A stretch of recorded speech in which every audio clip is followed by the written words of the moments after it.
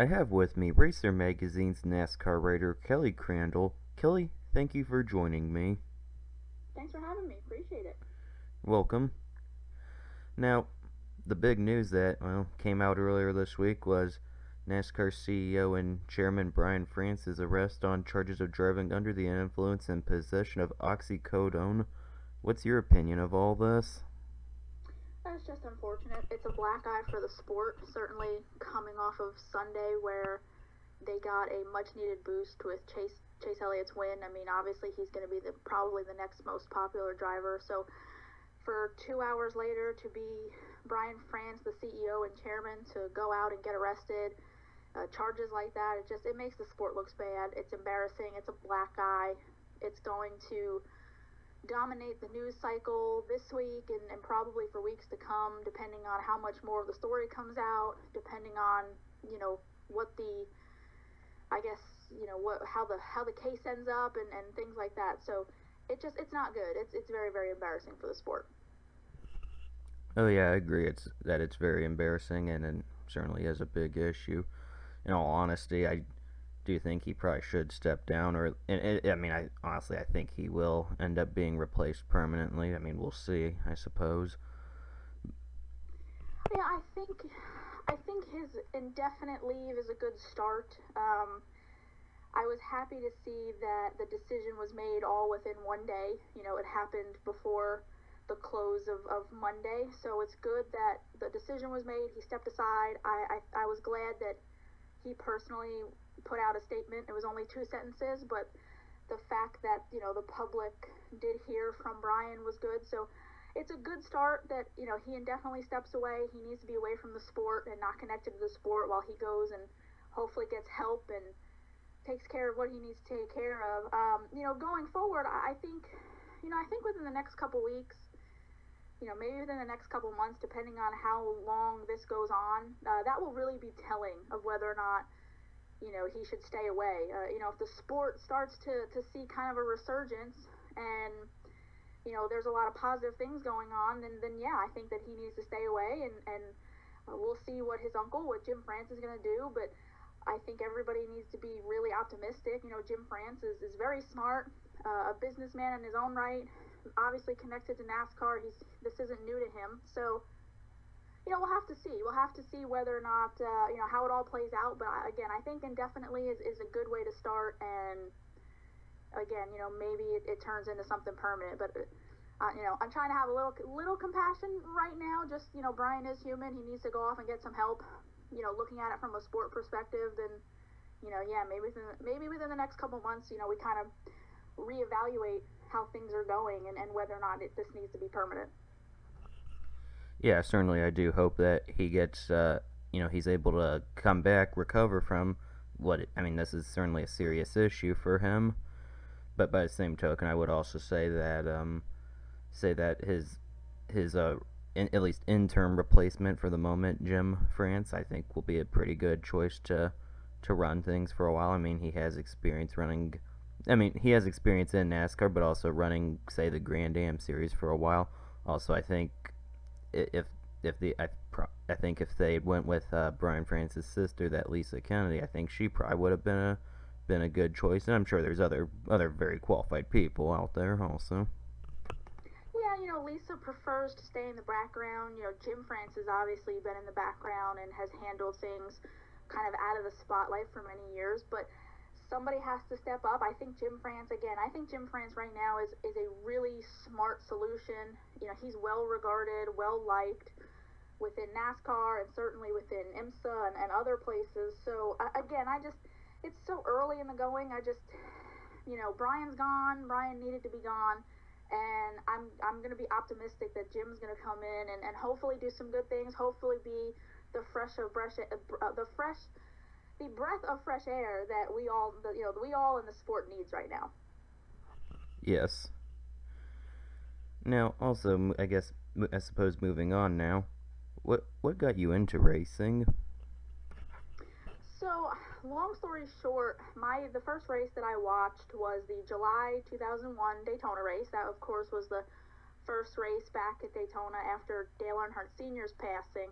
And my dad had been a casual fan. He had talked a lot about watching that race because it was going to be obviously a very important race, the first race back at that track since Dale Sr. had died. So that was the first race that I sat down and watched. I hadn't watched any racing before that, really probably didn't really know of its existence. It was just, again, it was just something my dad casually watched. So that was the first race I watched, sat down, and honestly was hooked from the beginning, and it didn't take long to really become obsessed with it. So started watching everything after then, and trying to learn as much as possible. And then probably, I think around 2008 or so, started kind of self-publishing on the internet. I knew I wanted to kind of get into the journalism field, so started self-publishing. I think I started at Bleacher Report and just a couple other platforms. So that's kind of the short version, but I didn't have a background in racing. I didn't, like I said, I didn't really know anything of it. It was just, unfortunately, through Dale Sr.'s passing is what brought me to the sport. All right. Yeah, what got me into racing was basically my father was really into racing, and well, his grandfather was. I mean, really, my family in general was, but like my father's who I really got it from.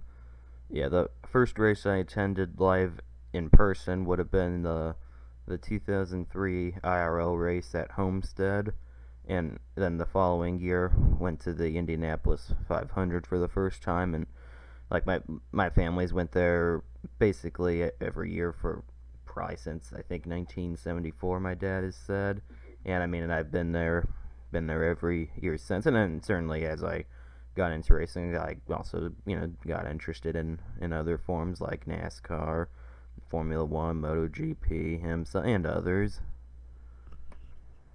Yeah, my dad and I would go. We started going to the races in Daytona in July of 2004. So I had been to that race every year since until I became a media member. So I think the last time I went was maybe 2010 was my last race in the grandstands. I think at Daytona, 2010 or 2011, I think it was. So yeah, we would go to races and been to Darlington and obviously now a lot of different places and mostly, but yeah, I mean, my passion was mostly NASCAR. I mean, through the years, I mean, now I like IndyCar, really starting to really enjoy that and get to better understand that series and follow that a lot.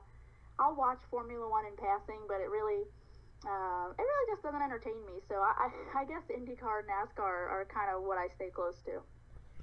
I do agree that Formula One, their big issue is there's such a disparity between the teams that realistically in a given week there's only three teams consisting of six cars that could truly win, and even then, it's really between Mercedes and Ferrari at this point.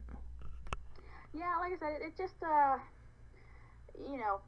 each their own, I guess. I know some people that really love Formula One, they get a kick out of it, but it just hasn't entertained me. So, a lot. I know a lot of people sometimes say that the same old stuff happens in NASCAR and it's the same people winning all the time, but every time I flip over to Formula One, you can make the same case about that series too. So I guess it happens everywhere. Yeah, I mean, like it or not, in just about any racing series, there's going to be the dominant teams and drivers. Now, certainly, say IndyCar and especially NASCAR might have more of them since they have larger field sizes than Formula One currently does. I would also say that IndyCar, in my opinion at least, is probably the most competitive major racing series from the sense of drivers that could week in, week out contend for a win. I mean, I would say I think so far this year they've had at least seven or eight winners. That's probably about as many as NASCAR really in the main series. Yeah, IndyCar's had some good racing. They have a lot of great personalities over there too, and I would say that on one hand, you could look at NASCAR and say, obviously, over the past couple of years, NASCAR's popularity maybe has been obviously slipping, TV ratings, attendance, all that. But at the same time, I think IndyCar's really kind of they're in the middle of their resurgence. So they've got some good racing over there. A lot of really really entertaining and talented drivers. So again, it kind of goes in cycles. IndyCar, I feel like, is kind of cycling back to the top, and certainly when it comes to motorsports here in America, maybe, and NASCAR is kind of sliding down. So it's an interesting dynamic. Yeah, it is. I mean, I would certainly say also with NASCAR though is that while their ratings and attendance have been declining over the past several years, I would say that they're far from being completely out. I mean, are they down? Sure, but I wouldn't say they're out at this point. Yeah, I mean, I get so caught up in NASCAR's numbers and everything that, like I said, I mean, from an outsider's perspective, I don't know. I'm not fully obviously ingrained in what IndyCar's got going on. I'm just watching it mostly from a fan. So from NASCAR's, I can only speak from NASCAR's perspective, which is obviously that we do have a ratings and attendance problem, and it's something that speaking in light of this week's news with Jim France coming in, maybe having some fresh ideas. Hopefully that'll be something that he looks at because it it continues to go down. And I know a lot of people want to talk about streaming and different ways to offer motorsports, and that's fine. Technology does evolve over the years, but at the same time, you have to have people go on the racetrack, and you want to have people watching on TV. And unfortunately, that's where NASCAR's been lacking in recent years. So we've got to figure out a way to again to pick up the popularity of our sport. Yeah.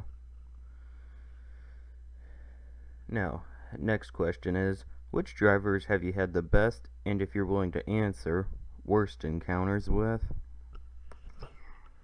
Um, honestly, I'd have to say, and I'm not taking a cop out. I've been very, very lucky. I haven't really had any bad interactions with drivers. From a professional standpoint, yeah, there's some drivers that they've got someplace to be and they don't want to talk or whatever it may be. They're quick to leave pit road after a race, but nothing bad. Like there's been no bad encounters. I haven't had anybody who's just treated me wrongly or disrespectfully. So I'm very lucky in that regard. Some of the people that I really enjoy talking to, whether it's just on the record or off the record, Brad Keselowski's great to. I mean, he's been great to me. He's great to talk to, great to interview. Jimmy Johnson's another one. I've told actually young drivers that Jimmy's somebody that, especially when it comes to interviews, just he's so thoughtful about wanting to answer a question and really give you a smart answer and really think about what he's saying, and that goes a long way. So there's quite a few drivers. I mean, I could probably sit here and name off a couple of them, but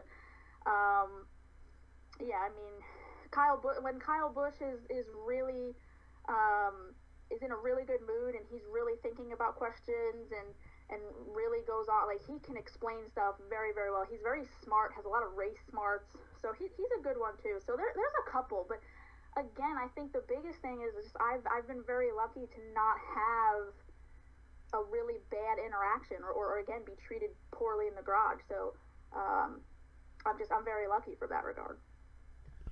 Yeah, that's good to hear.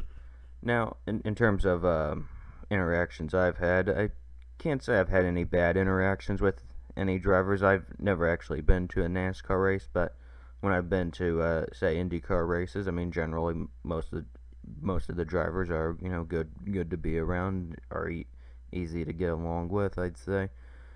I mean one interaction that really stood out to me from earlier this year actually was after the Indianapolis 500 this year.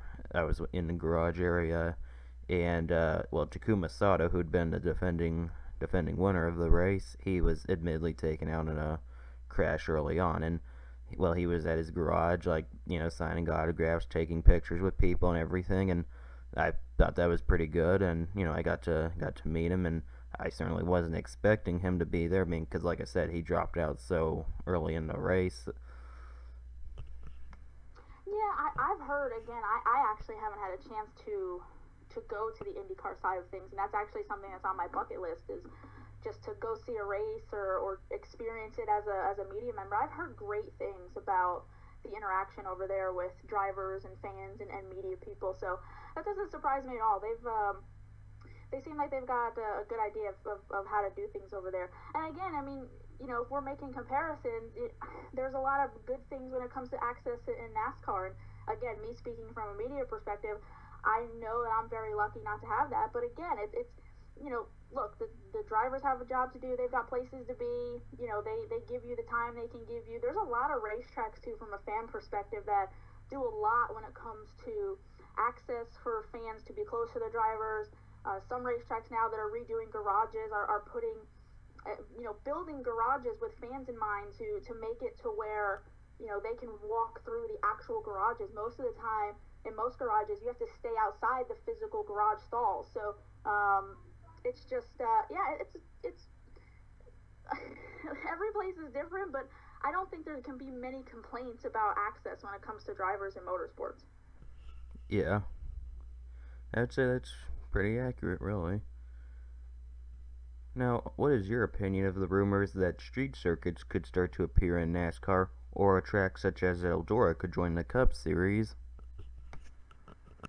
Well, I mean, certainly dirt racing is something that, it seems like every summer we talk about it because, of course, the Truck Series goes to Eldora, so it becomes a popular topic of conversation of wanting to have Xfinity or Cup races on dirt.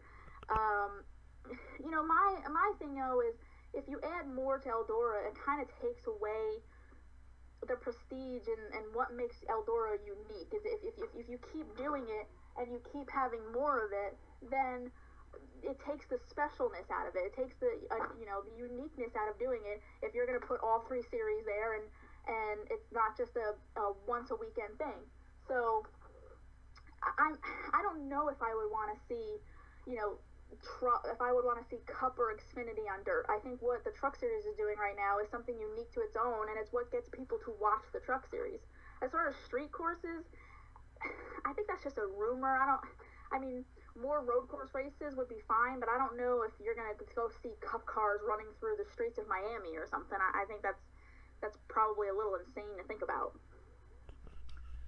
Yeah, I'd say with street circuits, I would say a big positive, in my opinion, for it would be that you would be essentially bringing the race the race to the people. Of course, the thing with that is there's nothing to say that those people are then going to become just so interested in the series that they're going to either go to other races or watch on television. And then also with regards to Eldora or any other dirt track, I would say that I think certainly it's probably doable for. I mean, if the Truck Series can do it, probably either of the other two series could. But I do agree with you that it would take away from the special nature of the Truck Series race, the Dirt Derby. Yeah, I mean, just because you can do it, just because Xfinity and Cup cars can do it, doesn't mean you should. So I really like where Eldora is on the truck schedule. Again, I think it makes it unique. It's something to give the Truck Series an identity. So, maybe Xfinity in a perfect world, you could look at Xfinity and okay, so Trucks has Eldora. Xfinity should have maybe more standalone events or more short tracks, things like that. And the Cup Series needs to have something of their own to kind of just separate the identities and the branding of all these series. So yeah, I have no doubt that we could put Xfinity and Cup cars on dirt, but again, that doesn't necessarily mean that I think we should do that. So I've written for Racer.com before that I think the schedule is something that we need to look at. Just in general when it comes to all three series and maybe looking at other races or racetracks in the country, maybe looking at Canada and places like that, just to kind of freshen things up, whether that's road courses, whether that's short tracks, whether that's just different intermediates, just to change things up and again give us that breath of fresh air. So again, I love Eldora. I think it's great for trucks, but I don't know if I'd want to see Xfinity or Cup there. And again, I think street courses is probably a really just a far off. I just don't see that in NASCAR. Alright then. What are the best and worst changes to NASCAR since you started following it, in your opinion?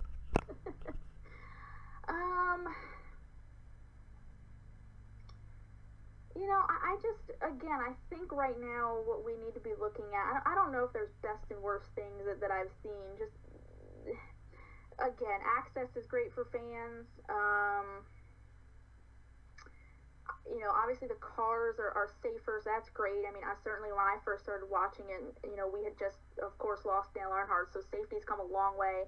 I don't think anybody would argue that the car of tomorrow was just from looking at it was terrible. The safety aspect was great, but just the look of the car was not a race car. So there's been things like that, but that's a tough one. You gotta put me on the spot with that one. I don't know. I might have to circle back on that one. All right. Yeah, I would agree that the safety and driver access has been something that's really improved in NASCAR in recent years. And I would also say their presence on say social media, especially their YouTube channel, has really improved. I mean, with regards to, that's a good one. Social media for sure. That's definitely a good one. Yeah, I mean, like you look at their YouTube channel. I mean, posting original content on there, which can get more people looking at that, and by extension, maybe become more interested in the series. Now, I guess if I had to name something that I think's been a negative change, at least since I started following NASCAR, would be really the several of the tracks that have disappeared from the schedule, namely from the Xfinity and Truck Series. That is, to my knowledge, there really hasn't been any tracks that have left the Cup Series since I started following it in about 2008. I mean, I think I know you're starting to see more and more standalone races for tracks that don't have Cup Series races showing up in the Xfinity and Truck Series, but I'd also say that that it kind of makes those series not quite have their own identity to go at some of these tracks, which admittedly weren't big enough to have Cup Series races in terms of their seating, but could get the seating for an Xfinity or truck race.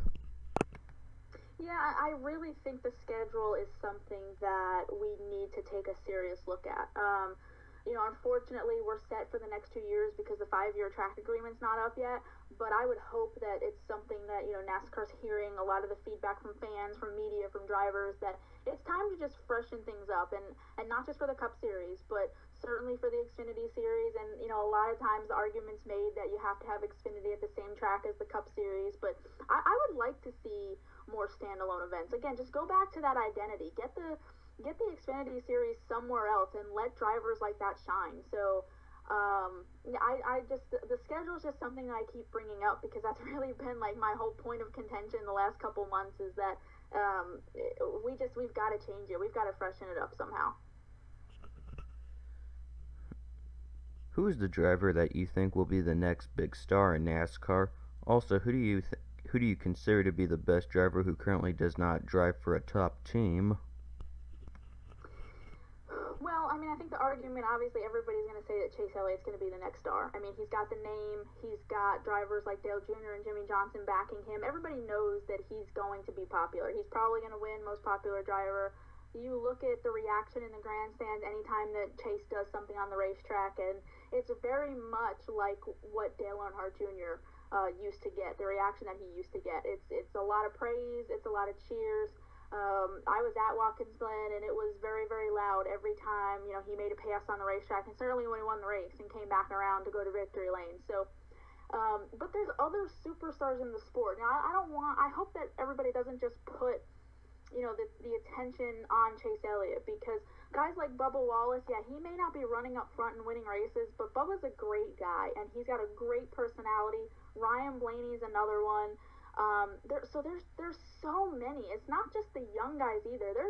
There's guys in this sport who can be superstars if they just get the attention. So, Denny Hamlin jokes that he's never gotten that fan reaction, but Denny's another one. I think he's really good for the sport. He's really smart. He understands the sport. Obviously William Byron, he's a young guy. He's going to be here for a long time. I think the more he gets comfortable being at the Cup level, the more that he grows into his role. You got to remember, he's still young. So, obviously as he grows up, so to speak, I think he's really going to shine. Ty Dillon's another one. Ty Dillon doesn't get a lot of attention because he's not running up front, but he's very passionate about this sport. He wants to succeed. He wants to run well, and he's got a great personality. So it's my job as the media, and I think it's all of our jobs as media to shine the spotlight on these guys and talk to them. And yeah, they may not be up there winning races, but they're still here competing, and they still have stories to tell. So, guys like that I think need to get attention. And I can probably sit here and name off, plenty more. I mean, there's guys in the Xfinity Series and certainly the Truck Series. The Truck Series has so much so much talent, so much young talent. Um, I think Johnny Sauter's great for the Truck Series. Johnny Sauter should be the face of the Truck Series. Sure, he's not a young guy, but there's no reason he shouldn't be the face of that series. He's competitive. He's a champion. He's witty. Just again, there's I could sit here and go on for forever about just guys of why they should be superstars. But the next star in general is gonna be Chase Elliott. And what was your second question? Was it somebody who's not in top equipment? Yes. So somebody who's not in top equipment that's like what, underrated? I think you said, or something. I have a bad memory. You gotta remind me. Basically, like who do you think are some good drivers who just are not in maybe not necessarily bad cars, but just not what would be considered the top cars? Yeah. Yeah, I mean, not in Hendrick Motorsports or Joe Gibbs equipment. Again, I think Ty Dillon's one of those guys. I think Ty Dillon's very, very talented. I think he gets a little overshadowed sometimes because Austin's the older brother. Austin's won championships and has, of course, won the Daytona 500 this year. But I think Ty's very, very talented, and I think he kind of gets overshadowed a little bit. Man, again, that could be a long list. I think Ross Chastain in the Xfinity Series, I would love to see him get, in a Gibbs car in the Xfinity Series or get in a JR Motorsports car in the Xfinity Series and really see what he can do. He, a lot of the times, is carrying JD Motorsports and finishing races in that car, above where that car is probably capable of running. So I think Ross does a tremendous job. Gosh, I mean, I'd have to pull up the list here because, again, I mean, unfortunately in motorsports there's so many drivers, but that doesn't necessarily mean there's as many good quality seats. So I could probably sit here and name off a bunch of drivers, but I would say probably right now in the Cup Series it would probably be Ty Dillon. I mean, because you look at other guys, they're in good equipment. I mean, William Byron's in good equipment. And Eric Jones is in good equipment. Certainly Eric Almirola this year is in good equipment. So you look at guys like that, I mean, they're in good equipment. So I would say probably in the Cup Series, I'd probably go Ty Dillon. And then again, in the Xfinity Series, that's the first one that comes to mind is Ross Chastain. I mean, again, there's so many Cup affiliated teams now in the Xfinity Series that a lot of these guys are in good equipment. So, hey, maybe even a Ryan Sieg, Ryan Sieg or Jeremy Clemens, who I would love to see, what those guys could do in good equipment. But I think Ross Chastain has, again, repeatedly proven that he's out driving his equipment. All right. Yeah, I would say for drivers who are currently already in the Cup Series, if I had to name three drivers who would be the next big thing, I would certainly say Chase Elliott, Kyle Larson, and Ryan Blaney. I'd say really they could be the equivalent of say Jeff Gordon, Tony Stewart, and Dale Earnhardt Jr. in the 2000s and also in the early part of this decade. And then I think if I had to look at drivers who are either currently in the Xfinity or Truck Series, I would say probably Christopher Bell would be somebody who could be considered to have a good future. And then going even into a third group, people who haven't even reached Xfinity or Truck Series level yet. I'd say Hailie Deegan could be somebody to look out for also. Yeah, Hailie's so young in her career, though, that, I mean, we've got to give her time to develop. I don't want to put any unnecessary pressure or expectations on her. I mean, I think she's in a good spot right now in running K&N and got plenty of time to move up to trucks and get herself in a good position. But she's got personality, so that's going to go a long way when she really starts getting some attention, and she has the makings to be a superstar for sure. Yeah. Also, you mentioned earlier, you were talking about Johnny Sauter in the Truck Series, how some people might say that he's too old, and also I've noticed that's also a complaint that's been leveled at, say, Elliott Sadler in the Truck Series. I mean, just kind of something that some of these people who might level those criticisms seem to forget is, I mean, if you look at, back when the Xfinity Series was the Busch Series, like in the 1980s, Jack Ingram, who was I think in his 50s at that 40s, maybe even into his early 50s, was basically the dominant driver in that series in terms of championships and wins. In fact, he held the record for wins until Kyle Busch did earlier this decade. And then, I mean, you look at the Truck Series at various points. I mean, when around the time it started, you had people like Ron Hornaday, who stuck around into his late 50s. Joe Ruttman, who I think was still winning races into his early 60s, and others who, admittedly, they basically stayed in those series, and they were certainly successful. And you mentioned how Sauter is essentially the face of that series. I mean, you could make the point that at their time they were the faces of those series. Yeah, no, I completely agree. Like I said, it just I think too much pressure and too much attention gets put on young guys to be the face or the superstars. There's a lot of talent across all three series, and even going down to K&N and everywhere else. It doesn't always have to be this young up and coming driver. Don't overlook the guys who've been here, who have put in the time in the sport, and who are the faces and are the names that a lot of people recognize when it comes to the Truck Series. And honestly, the Truck Series started because guys like Hornaday and Sprague and Skinner and all these guys, they didn't have places to go in Cup, or they couldn't make it in Cup, but they wanted to race. So they could go down and make a living and be successful in the Truck Series. And there's nothing wrong with that. There's nothing wrong with drivers realizing that, hey, I don't have a competitive ride, or I'm not cut out to be in the Cup Series, so I'm going to go run Xfinity, and I'm going to go get in a good ride down there. So we have all of these series. We need to pay attention to them because there's talent everywhere. Yeah, yeah. You recently wrote an article in Racer titled, "Dear NASCAR, your playoff system is broken." Perhaps you could explain the thoughts you expressed in it to people who have not read it. So, my biggest thing is just that I think 16 drivers is too many. I love the playoffs. It took a while for them to grow on me. I like that we have races at the end of the year where, we're still paying attention, and it's keeping people interested, and people are still going to watch racing because the champion's not going to be crowned, 5 weeks before the end of the season because he has such a big insurmountable point lead. So I like the playoffs. The eliminations now after every three races certainly adds to the drama, but that's my biggest gripe. But I just think that 16 drivers is too many. I think it's unrealistic to think that all 16 drivers have a legitimate shot at the championship.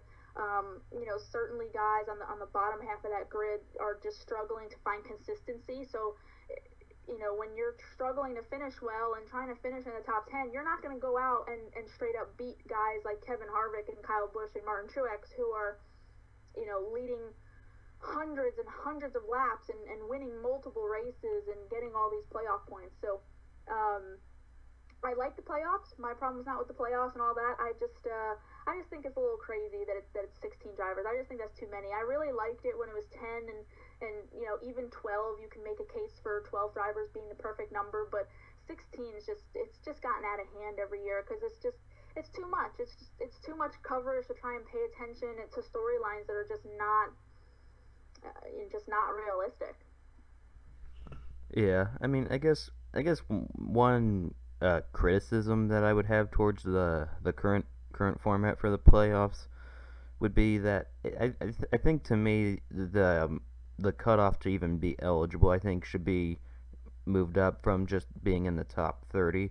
The point that I would make is that, like, say if you get somebody who wins a race like on pure luck, like say a rain shortened race or a fuel economy that's ranked like say 25th in points, all of a sudden gets to compete for the championship, where somebody who's been a lot more consistent, but maybe they didn't win a race for whatever reason, all of a sudden they're out of it. Well, like I said, I mean, I feel like when you have 16 guys, you're getting into a portion of the field where they're trying just to run well, and competing for a championship is a long shot. So the win and get in, it's interesting, but again, yeah, you're gonna have guys who maybe are 20th to 25th in points, and I mean, we talked about it just this past weekend in Watkins Glen. You know, guys like an AJ Allmendinger who are further down in points, everybody's looking at him to go to a road course and steal a win. Well, again, that's going to bump you into the playoffs. That's great. You're going to get a lot of exposure. You've won a race. But when it comes to the championship, when it comes to the big picture, when it comes to the big prize, do you realistically have a shot to take down again a Kyle Busch or a Martin Truex? And I think it's a little crazy to me. Yeah. Now I just want to thank you for taking time out of your day to do this. I really appreciate it. Yeah, it's been great. I appreciate you having me on. I appreciate you asking me. Yeah, you're welcome.